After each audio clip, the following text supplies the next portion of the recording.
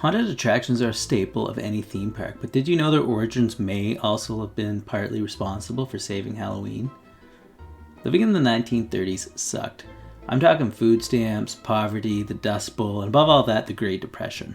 Saying it was not a fun time to grow up would be an understatement. Now, the years leading up to the 1930s, Halloween was a very different beast entirely. Unlike today, where children go out dressed up and get Halloween treats, back then children would go out dressed up and create mischief. At this point, it was all tricks and no treats. Now, these pranks were generally harmless, and for the most part, they only involved jump scares, stealing gates, placing porch chairs on people's roofs, cow tipping, harmless kids stuff. Not only was it expected every year, but it was also acceptable. Pamphlets were written to encourage this type of behavior because it was seen as a way for kids to let loose and vent any pent-up energy they might have without any harsh repercussions. The deal was that after the night of pranks was over, so long as whatever they did was put right by the following night's end, they were okay. As time went on, these pranks became more and more elaborate. Now, after reading all this information, two of the stories that stood out of my mind was the group of teens who made a fake body and propped it up on the train tracks to stop the trains, and a group of medical students who stole a headless cadaver and actually propped it up in a chair outside of their medical university building. By the time of the Great Depression, people were getting sick and tired of having to climb on the roof to rescue Granny's rocking chair. They had enough to deal with without the struggling times they were going through already. The Halloween of 1933 was so bad it was even given its own name, Black Halloween. All those simple pranks from the years gone by had become all-out mayhem and anarchy. Vehicles were flipped over, telephone poles were cut down, and fire hydrants flooded the streets. Some even reported violence. By the following morning, people had had enough. Halloween had to end. Luckily for us, a solution was found. Rather than ban Halloween outright, communities would organize events to keep children occupied. These could be parties, parades, costume contests, or carnivals. Pretty much anything they could to placate the vandalism they tried. And one of the great things to come out of this time was the Trails of Terror. They consisted of makeshift haunted tours that children would go through, usually through somebody's basement or sometimes spread out across multiple people's lawns. Parents were encouraged to style them in themes that even today we would find familiar, like Madhouse, Haunted Pirate's Galley, or even just the traditional haunted house. The Trails of Terror proved to be hugely successful, and by the end of the Second World War, when goods were more affordable, candy was given out to these events to children dressed up in costumes.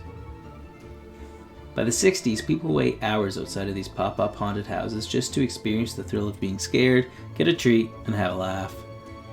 Even today, you would be hard-pressed to find a community that doesn't have a haunted house appear every Halloween. So how does all this relate to today's theme park attractions? Well, Walt Disney himself wanted to reinvent the idea for Disneyland.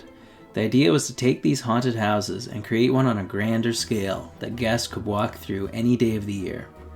Sadly, Walt Disney died before its completion, but his vision for a haunted house ride was eventually completed. By then it had evolved from a walk-through haunted house to one that utilized the newly developed Omnimover system that would take people from one point to another point in the house. If you want a history snippet on the story of Walt Disney's Haunted Mansion, check out the link in the description below. Disney's Haunted Mansion was the first modern theme park haunted house and spurred the creation of many other versions. These range from dark rides to roller coasters and drop towers like the one represented in this LEGO Creator set, represented as Manor Von Baron.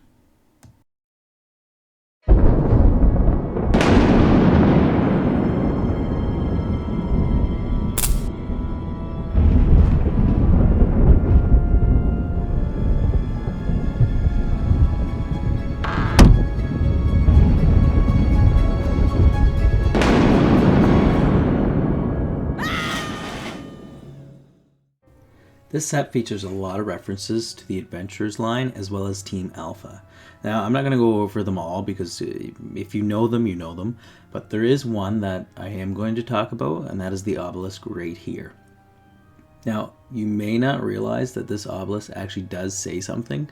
If you look at the symbols, they do spell out the words Ogle. Now you're probably sitting there thinking, well, how on earth does he know this? Well, I know this because LEGO actually released a cipher for these glyphs way back in the 90s, and I just happen to still have it. I'm super glad I kept all these magazines. Believe it or not, this cipher here you actually can use on the original Adventurers sets, and I'm pretty sure they all spelled something out. I can't remember now, but I do know that I did translate them when I was a kid, and they all spelled something. Now the set itself comes with a healthy amount of minifigures and is quite tall. So it measures at 27 inches high, which is good to keep in mind when you're placing it somewhere. The interior opens up dollhouse style and showcases all those Easter eggs quite well on the inside. In terms of features, you have opening and closing doors. The painting lights up when you press the plaque on the outside. And if you ever need it, on the back there is a kill switch for the lift. For the lift itself, you'll have to go against the instructions on the number of chain links. Taking one or two out will help it work a little bit better. If you listen to this clip here, you can even see the difference it makes.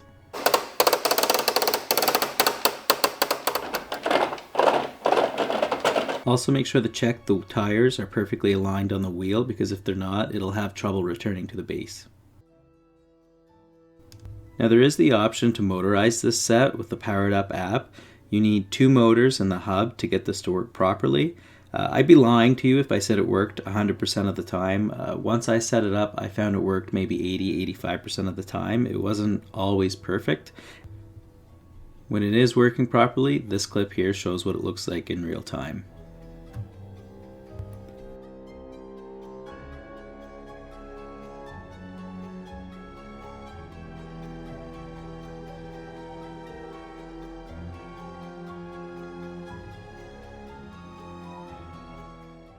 Now, if you're like me and you were a big fan of the Adventurers sets, then this set is perfect for you. I love it. It's a great piece to have in my home.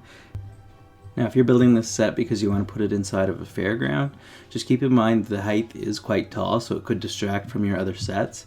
As well, the motor functions, if you go that route, they are an extra cost and they don't work perfectly. I hope you enjoyed this little bit of history and the review of the LEGO Creators Haunted House.